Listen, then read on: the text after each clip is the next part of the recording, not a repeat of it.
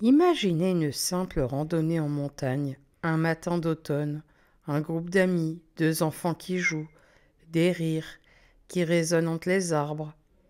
Et puis en une fraction de seconde, le silence. Plus de rire, plus de traces, juste un vide glacial, un mystère que personne n'a jamais réussi à résoudre.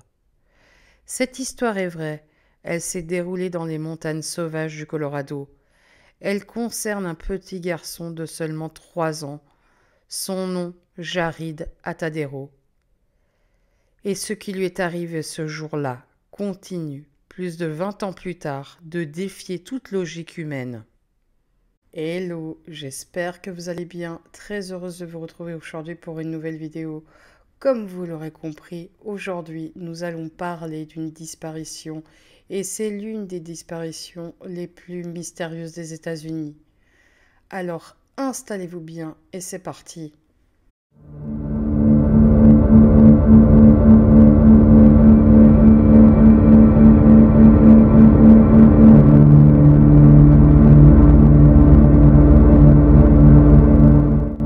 Oh putain, non.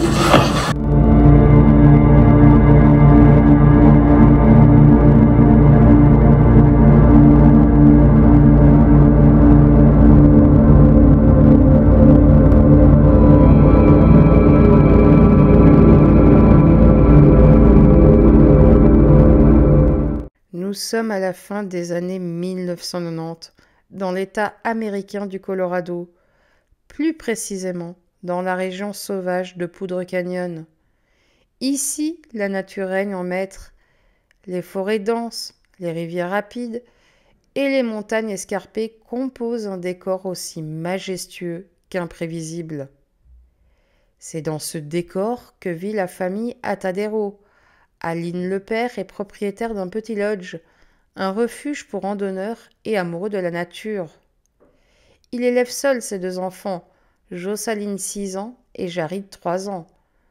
Jarid est décrit par tous comme un enfant joyeux, débordant d'énergie, toujours curieux et avide d'exploration.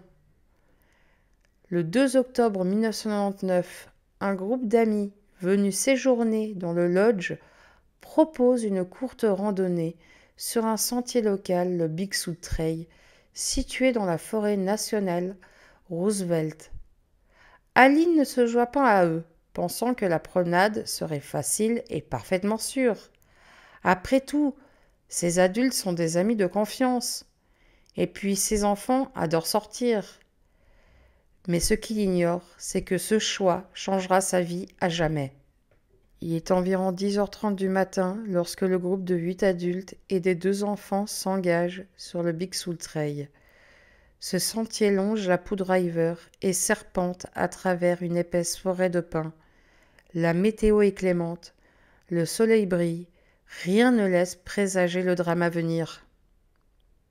Dès les premières minutes, Jarid court partout, il s'émerveille, devant chaque caillou, chaque insecte. Il est de ces enfants qu'on a du mal à suivre tant qu'ils débordent de vie. À un moment, le groupe s'arrête pour observer des poissons dans la rivière. Les enfants impatients continuent d'avancer un peu plus loin. Jarid est devant, toujours en train de courir. Les adultes ne s'inquiètent pas. Il n'est qu'à quelques dizaines de mètres. Mais quand ils repartent, le petit garçon a disparu. La première réaction est de penser que Jarid s'est simplement caché. Il adore jouer à cache-cache. Mais après plusieurs minutes à l'appeler, aucun son, aucune réponse. L'inquiétude monte. Le groupe se disperse, explore les environs immédiats. Rien, pas une trace. 2 pêcheurs situés environ 5 km plus loin sur le sentier affirmeront plus tard avoir vu un petit garçon passer en courant seul et semblant parfaitement heureux.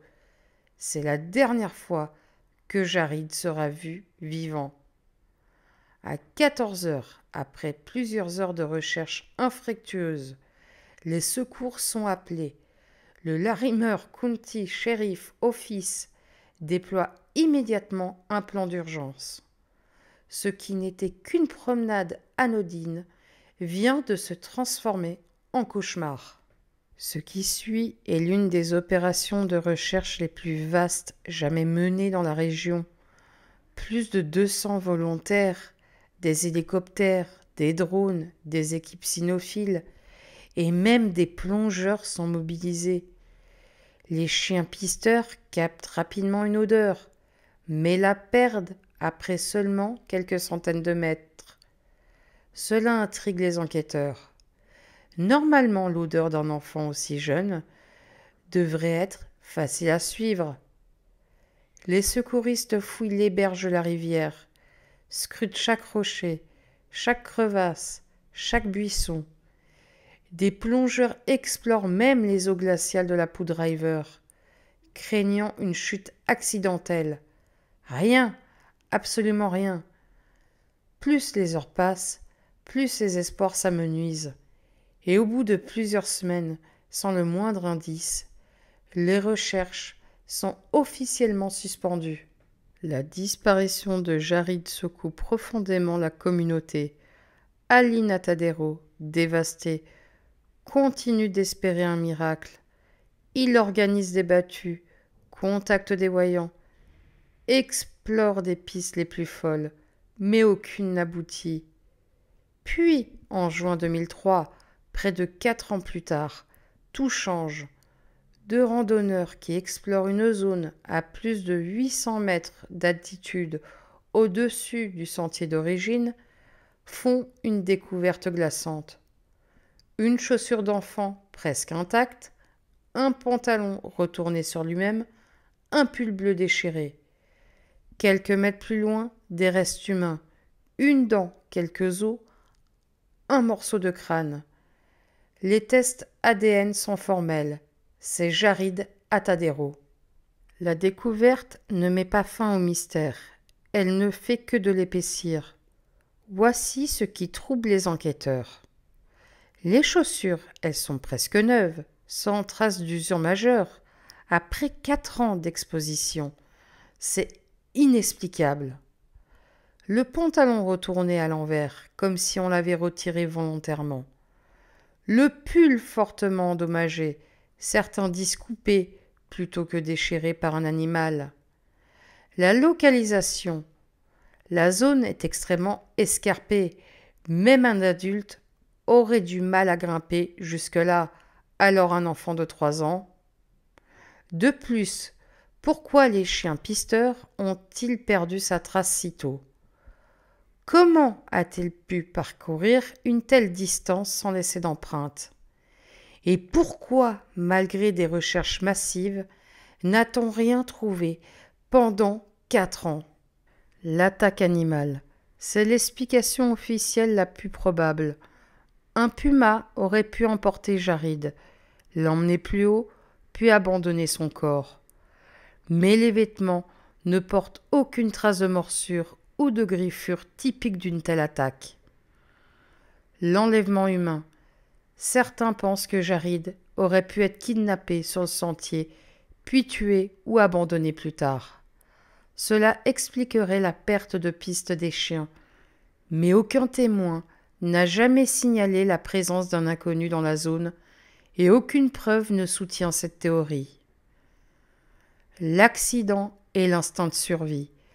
Peut-être que Jarid a simplement grimpé, désorienté et paniqué jusqu'à cette zone escarpée. Mais cela suppose qu'un enfant de 3 ans ait réussi une ascension difficile, seul, sans tomber ni se blesser visiblement. Difficile à croire. Le phénomène Missing 411. L'affaire Atadero est aujourd'hui l'un des cas les plus célèbres recensés par David Polide, ancien policier qui enquête sur des disparitions étranges dans les parcs nationaux américains. Ces cas présentent souvent les mêmes caractéristiques. Disparition soudaine, perte de piste des chiens, vêtements intacts, restent retrouvés dans des zones presque inaccessibles. Et le cas de Jarid coche toutes les cases. Pour Ali Natadero, la douleur ne s'est jamais effacée, mais il a transformé son chagrin en combat. Il milite pour la sécurité des enfants dans les parcs nationaux et a contribué à améliorer les protocoles de recherche. En 2000, un sentier a été inauguré en mémoire de son fils, le Jarid Atadero Legacy Trail. Il disait souvent: si la mort de Jarid peut sauver d'autres enfants, alors il n'aura pas souffert pour rien. Jarid Atadero n'avait que 3 ans. Il n'a jamais eu le temps de raconter ce qui s'est passé ce jour-là dans ces montagnes silencieuses. Et peut-être que nous ne le saurons jamais. Mais son histoire nous rappelle une vérité dérangeante. Parfois, même les lieux les plus paisibles recèlent de secrets insondables. Et parfois, les disparitions les plus inexplicables sont celles qui se produisent là où l'on se sent le plus en sécurité. Voilà, cette vidéo est finie. J'espère qu'elle vous a plu. Moi, je vous souhaite une bonne soirée et je vous dis à la prochaine pour une nouvelle vidéo. Bye!